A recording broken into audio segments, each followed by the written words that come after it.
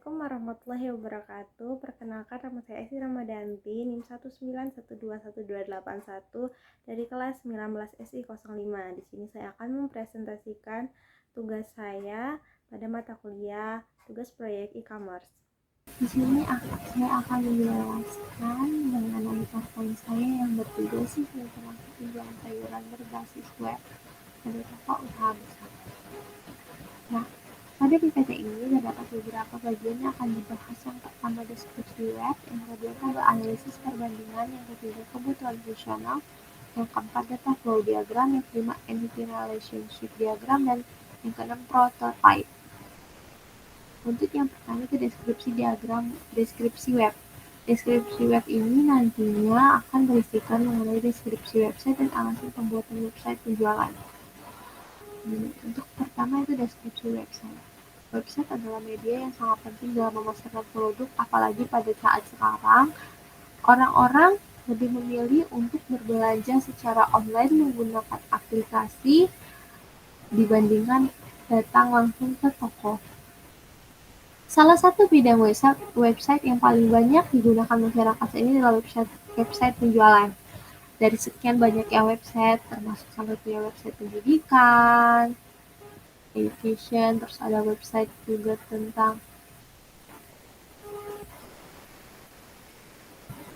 masih banyak lagi website-websitenya itu yang paling salah satu website yang paling banyak diminati orang itu saat ini pada saat sekarang itu adalah website penjualan, di mana website penjualan dalam hal ini bisa menyangkut berbagai bidang.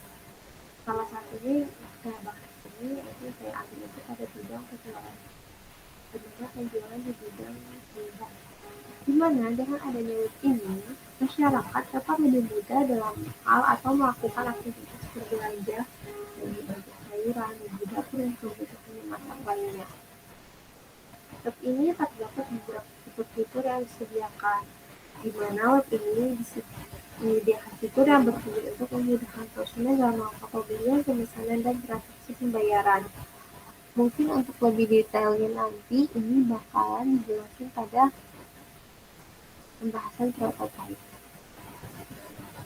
Nah, alasan pembuatan website yaitu yang pertama, website ini dibuat untuk mempermudah pemilik dan pembeli dalam melakukan transaksi penjualan dan pembelian.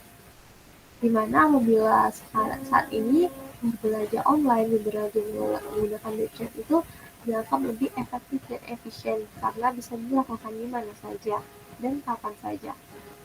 Yang kedua, mempermudah pemilik mengolah data penjualan, mengolah data jumlah stok barang, di mana nanti apabila data-data baik itu data pemasukan harian, bulanan, dan tahunan itu yang semulanya atau sebelumnya itu kan masih secara manual.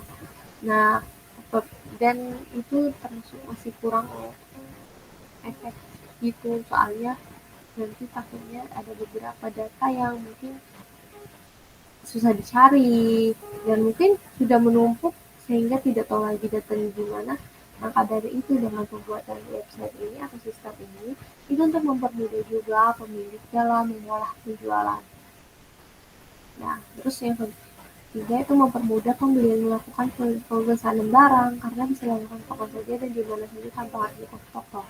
Kan sebelumnya itu kan rata-rata jual beli itu dilakukan secara offline atau datang langsung ke toko. Nah, karena datang langsung ke toko itu, jadi mungkin kan itu terbatas. Nah, apabila dibuat website ini, mungkin pelanggan bisa memesan barang kapan saja dan di mana saja, tanpa harus datang ke toko secara langsung. Yang kedua ini adalah tabel analisis perbandingan. Tabel analisis perbandingan ini membahas mengenai perbandingan dari sistem lama dan sistem baru. Berikut ini tabel analisis perbandingan sistem. Proses bisnis yang berjalan sebelumnya itu pelanggan melakukan pemesanan produk menggunakan telepon atau menggunakan via WhatsApp atau SMS dan juga langsung datang ke toko untuk membeli dan mengambil pesanan. Sistem yang diusulkan yaitu pembeli dapat melakukan pesanan dan pembelian sayur dan bahan untuk memasak melalui aplikasi web online menggunakan sistem e-commerce. hasil yang dicapai setelah sistem usulan ini tercapai yaitu transaksi penjualan yang terjadi menggunakan aplikasi berbasis web online ini sangat menguntungkan bagi pelanggan dan penjual karena aplikasi ini dapat dilakukan lebih mudah dan cepat yang dapat dilakukan di mana saja dan kapan saja. Yang kedua yaitu proses bisnis yang detail itu kan perhitungan jumlah stok barang terdapat di toko masih secara manual atau tidak menggunakan sistem sama sekali oleh penjual. Sistem yang diusulkan yaitu perhitungan jumlah stok barang yang terdapat di toko sudah otomatis sehingga memudahkan penjual melihat jumlah stok dan menambah jumlah stok barang apabila stoknya barang habis. Nah, hasil yang akan dicapai itu dengan terdapatnya fitur perhitungan stok ini dapat mempermudah untuk mengetahui data stok barang sehingga mempermudah proses pengontrolan dan pengecekan stok tersebut. Selanjutnya, sistem bisnis yang berjalan itu sebelumnya pelanggan masih kesulitan dalam mengetahui barang, jadi harga barang, jadi harus bertanya langsung kepada penjual. Nah, sistem usulan ini untuk pembeli dapat mengetahui harga barang yang akan dibeli sehingga tidak perlu langsung tanya ke penjual, baik itu mungkin dikasih label harga atau barcode atau juga di web juga sudah tertera harga. Nah, itu hasil yang dicapai itu untuk mempermudah dan mempercepat transaksi karena sudah terdapat label harga pada barang tersebut. Proses bisnis yang berjalan yang terakhir itu data penjualan masih dicatat secara manual sehingga penjual kesulitan dalam mengolah data penjualan. Sistem usulannya, penjual dapat mengetahui data dan mengolah data transaksi penjualan yang terjadi baik itu per hari, per bulan maupun per tahun karena data akan otomatis masuk dan tersimpan ke dalam sistem. Nah, sehingga hasil yang dicapai itu adalah mempermudah penjual dalam mengetahui dan mengolah data transaksi penjualan yang dilakukan. Berikut ini adalah kebutuhan fungsional apa saja sih yang dibutuhkan pada web penjualan ini. Kebutuhan fungsional yang pertama yaitu sistem harus dapat mengolah data barang. Nah, data barang itu mengikuti siapa aja dan apa saja sih? Nah, pertama itu admin. Admin dapat menambah data barang yang baru. Admin dapat melihat semua data barang. Admin dapat mengedit data barang. Admin dapat menghapus data barang. Admin dapat mengubah harga barang apabila sewaktu-waktu terjadi perubahan kenaikan maupun penurunan harga barang. Nah, pada sistem dapat menampilkan semua data barang. Yang kedua yaitu sistem harus bisa mengolah stok barang yang meliputi. Yang pertama, sistem dapat secara otomatis menghitung jumlah barang yang tersedia dan tersisa. Yang kedua, sistem dapat otomatis menambah jumlah barang apabila stok barang baru masuk. Yang ketiga, sistem otomatis mengurangi jumlah barang apabila stok barang berkurang. Yang keempat, sistem dapat menampilkan jumlah stok barang yang tersedia. Yang ketiga, untuk kebutuhan fungsionalnya, sistem harus bisa mengolah data pelanggan, di mana peranan itu ada di salah satunya di admin. Yaitu admin dapat mengolah data pelanggan, admin dapat mengetahui data pelanggan seperti data alamat pelanggan, nomor telepon, nama pelanggan, dan data-data pelanggan lainnya yang didaftarkan. Ketiga, sistem dapat menampilkan data pelanggan. Yang keempat, sistem harus bisa mengelola data pesanan pelanggan. Nah, sistem akan memproses pesanan pelanggan, admin akan melihat dan menyiapkan pesanan pelanggan, admin dapat mengolah data pesanan pelanggan, sehingga memeriksa data pesanan yang di dalamnya sudah terhubung ke bagian data pelanggan sehingga admin bisa mengetahui alamat pelanggan.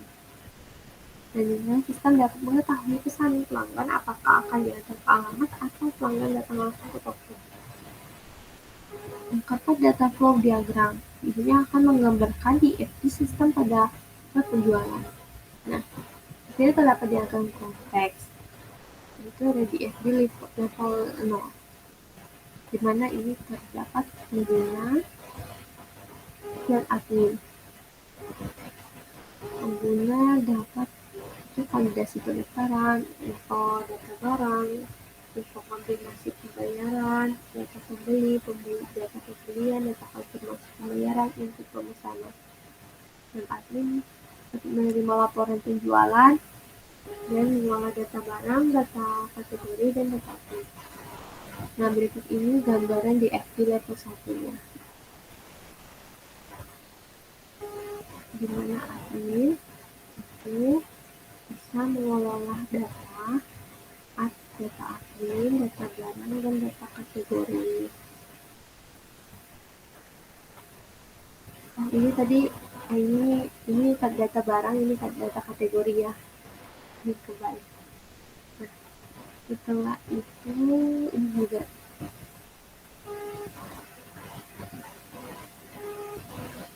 ini maksudnya data barang itu masuk ke pembelian. Ini kebalik ya, ini kebalik, ini atau data kategori, ini data barang. Nah, setelah itu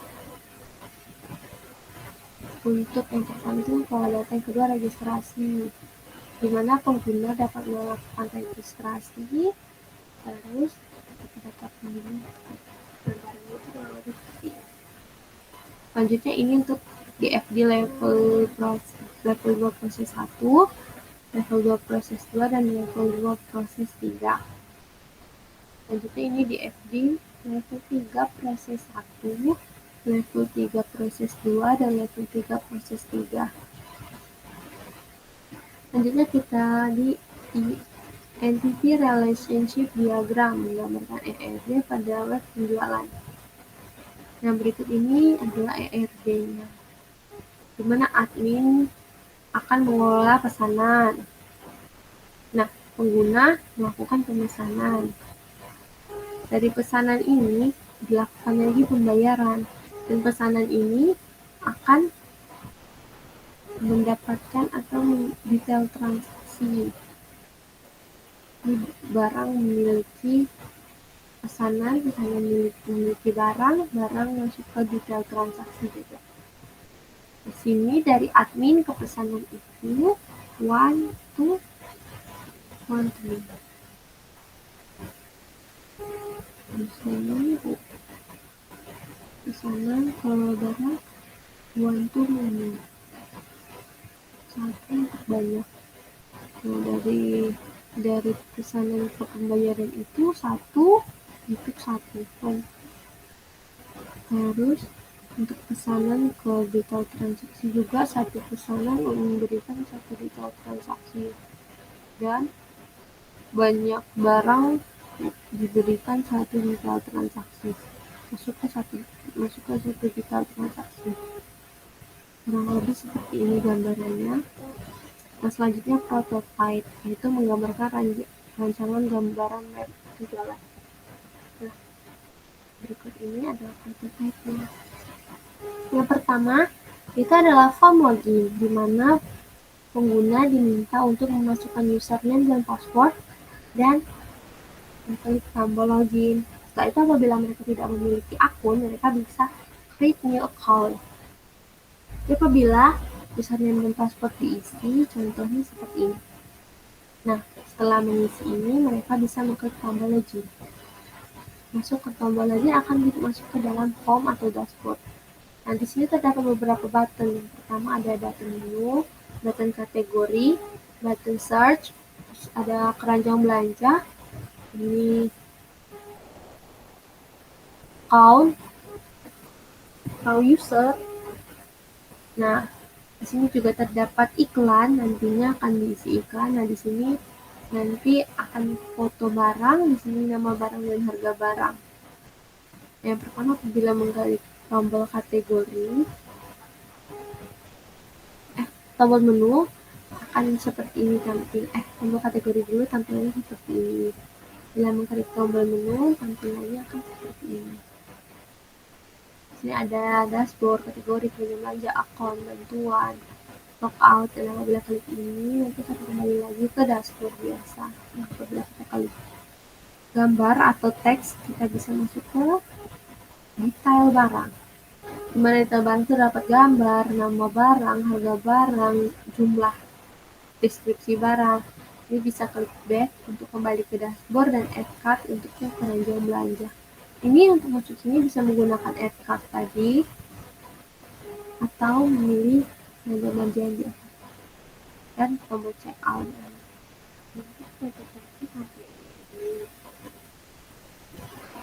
Ya inilah presentasi. Sekian presentasinya untuk PowerPoint satu. Nah, untuk prototipe, kenapa saya tidak menampilkan di Figma? Karena kebetulan ada masalah di Figma. Dimana itu masalahnya itu tidak saya tampilkan.